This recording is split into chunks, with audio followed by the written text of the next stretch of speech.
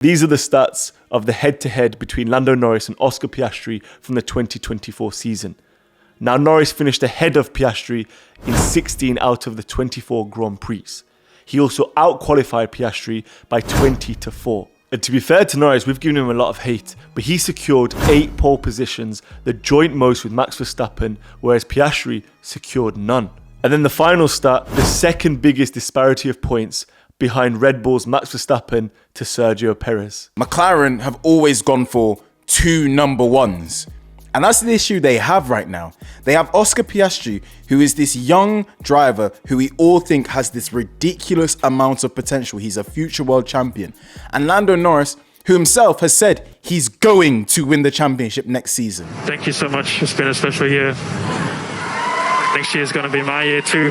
Because let's face it, in his rookie season, no one really expected Piastri to do anything against Norris. He was just showing his potential, and many of us thought, or many of us still think, that Piastri has a higher ceiling than Norris. But in the second season, Norris absolutely smashed Piastri. So this brings in the point of this video. Will Oscar Piastri be trying to prove a point to McLaren and to himself that he can become the number 1 driver for McLaren and not Lando Norris? So will that create a problem? I think Oscar Piastri is coming into next season wanting to prove a point, wanting to show that he is better than what he was last year. I believe so much in Oscar Piastri. I don't know if you guys were here early on in F1 Unfiltered. I came here and said, it's not debatable that Oscar Piastri has the better potential. Oscar Piastri will be a better driver than Lando Norris eventually. Oscar Piastri will give Zach Brown and Andrea Stella issues when they have to deal with who they want to pick as their future. And he didn't show that this season. So I'm expecting him to come next season and want to wipe the floor with his teammate. I think I speak for Luther and I when we'll be watching very closely McLaren next season, because it's very likely that they're going to be the strongest team. They ended the season as the strongest team. And so we're expecting them to start the season as the strongest team. So if I'm Piastri, there's never been a bigger chance for me to win. And the same goes for Norris. Luther mentioned it.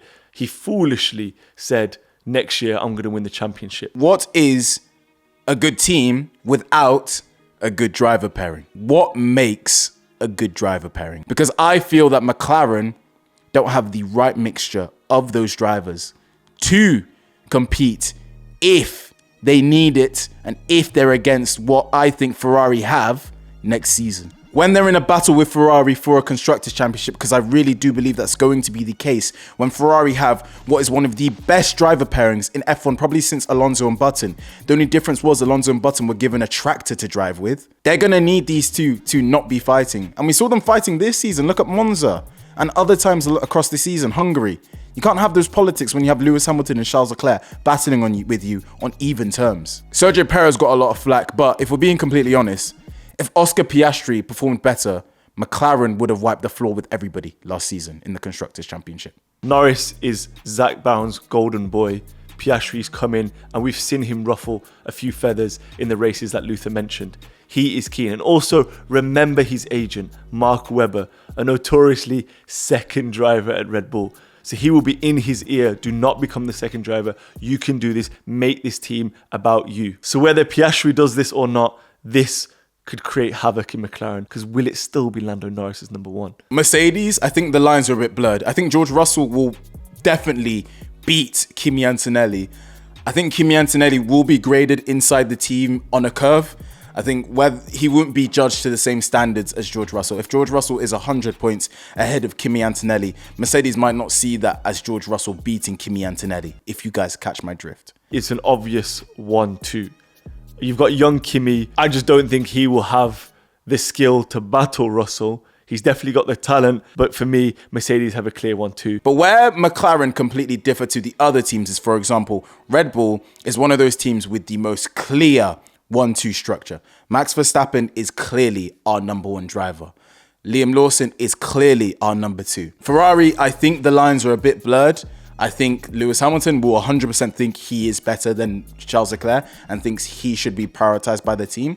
Whereas I think at this point it's pretty obvious Charles Leclerc is a better driver right now than Lewis Hamilton. Not past Lewis Hamilton, guys, right now. Who is going to be the number one driver will be decided in the middle of the season. But where that differs from McLaren is, I feel like Lewis Hamilton, in the stage of his career that he's at, is less likely to cause inter-team warfare than Oscar Piastri and Lando Norris. Those two are still both trying to prove themselves.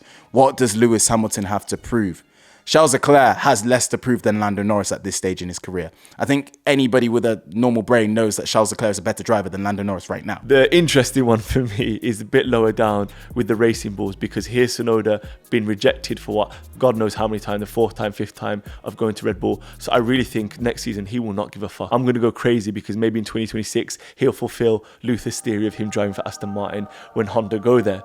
So watch out for him in 2025. He's going to be like, this is it. Fuck you guys, it's all about me. I'm going to go ham. Ain't no way Isaac Hadjar's going to beat me. When in reality, Hadjar's going to win the championship. So heading into the season, I think it's going to be very interesting to see how team orders across those teams are taken. Charles Leclerc and Lewis Hamilton, I do believe that they will be feisty, but they will be respectful and it will be good. I don't think they're going to do anything at the detriment of the team. But I do feel that there are going to be races where we come here and talk about how Lando Norris and Oscar Piastri's relationship has caused them to lose McLaren points. And I think that's going to be a very big talking point through the 2025 season. So make sure you guys are with us through the 2025 season. We are on the countdown to testing. I'm going to be locked into testing. You guys better be locked into testing. If you are new, subscribe. Hopefully you enjoyed the video.